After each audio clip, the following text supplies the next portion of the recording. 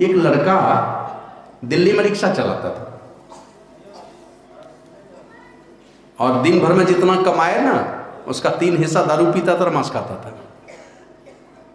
हुआ क्या, वो था बिहार का, चलाया बिहार। एक बार कहीं पर गुरु महाराज जी के शिष्य लोग गए होंगे सत्संग करने, बड़ा सत्संग था, वो सत्संग सुन लिया तो उसको लगा कि ना हमारा जीवन सही नहीं है। चुभ गई तीर के तरह महापुरुषों की बात, और किनकी बात कब किसको चुभ जाएगी कहा नहीं जा सकता। वो लड़का उसी दिन संकल्प लिया अब ये सब नहीं खाना पीना है, और कुछ दिन बिहार में ही रहा, दीक्षा भी ले लिया। वो बाद में गया वो दिल्ली और दिन भर में 100 कमाता था तो 75 रुपया दारू पीता था, ये जहाँ ऐस मौज में उड़ाता था, पत्नी को भी कम ही पैसे दे। बाद में ऐसा हुआ कि अब तो वो सब खाना पीना नहीं है, सब पैसा बचने लगा, जाके अपने धर्म पत्नी के जिम में लगाता था वो पैसा, और धीरे धीरे ऐसा हुआ उतने ही पैसे में और भी बरकत होने लगा, फजूल खर्च घट गया। और घटने के बाद धीरे धीरे धीरे धीरे उन्होंने पहले तो भाड़े पर रिक्शा लेके चलाता था, अब अपना रिक्शा खरीद लिया।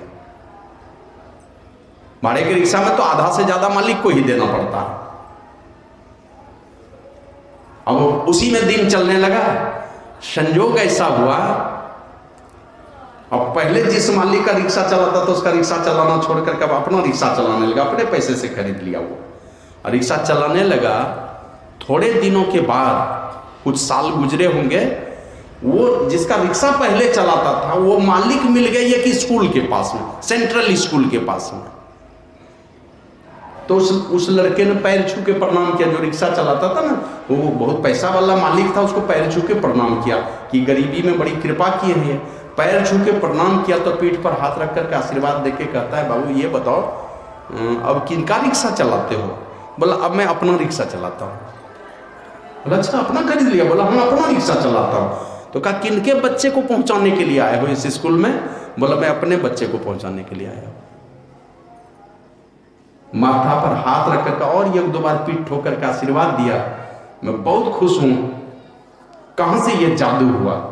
बोला बिहार में एक संत हुए महर्षि में ही, उनके बहुत सारे सन्यासी शिष्य लोग सत्संग करने गए थे, मैं वहीं पहुंच गया और उनके प्रवचन को सुना तो मेरे जीवन में ये बदलाव आ गया। हमने शराब मांस मछली अंडा आदि खाना पीना छोड़ दिया, और जो मैं कमाता था बरकत होने लगा, फजूल खर्च कम हो गया, और अपना रिक्शा ले लिया है। और आपकी कृपा हुई है तो मैं अपने बच्चे को इसी स्कूल में एडमिशन हमने इसी वर्ष करवाया है, मैं अपने बच्चे को पहुंचाने के लिए आता हूँ। तो बहुत आशीर्वाद दिया। मैं मान गया तुम बहुत महान गुरु के शिष्य हो, जो तुम्हारे जीवन में ये परिवर्तन हुआ। और खुश मैं इसलिए हूँ कि जहाँ करोड़पति बाप करोड़पति का पोता आता है जिस सेंट्रल स्कूल में पढ़ने के लिए, वहाँ एक सेंट्रल क्या कहते हैं, एक रिक्शा चलाने वाले का बेटा भी उस स्कूल में पढ़ता है।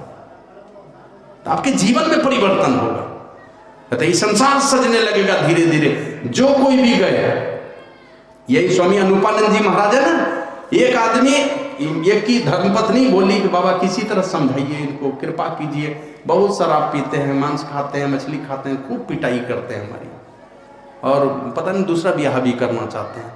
अनुपानंद बाबा एक दिन बैठा करके समझाए और धीरे धीरे उसके जीवन में परिवर्तन हुआ। अब उनकी पत्नी कहती है कि हमसे ज़्यादा खूबसूरत वही लगता है, अब तो दूसरा ब्याह कर लगा, ऐसा उम्र आ गया उसका। आपके जीवन में बदलाव, संसार सजेगा, संसार के बाद का भी जीवन सजेगा। प्रभु श्री राम कहते हैं वो मेरी भक्ति है, सुलभ है, सदैव सुख देने वाली है। अब भगति मोरी प्राण सुरति गाई, ये एकदम सुलभ है, आसान है और सुख ही सुख देने वाला है।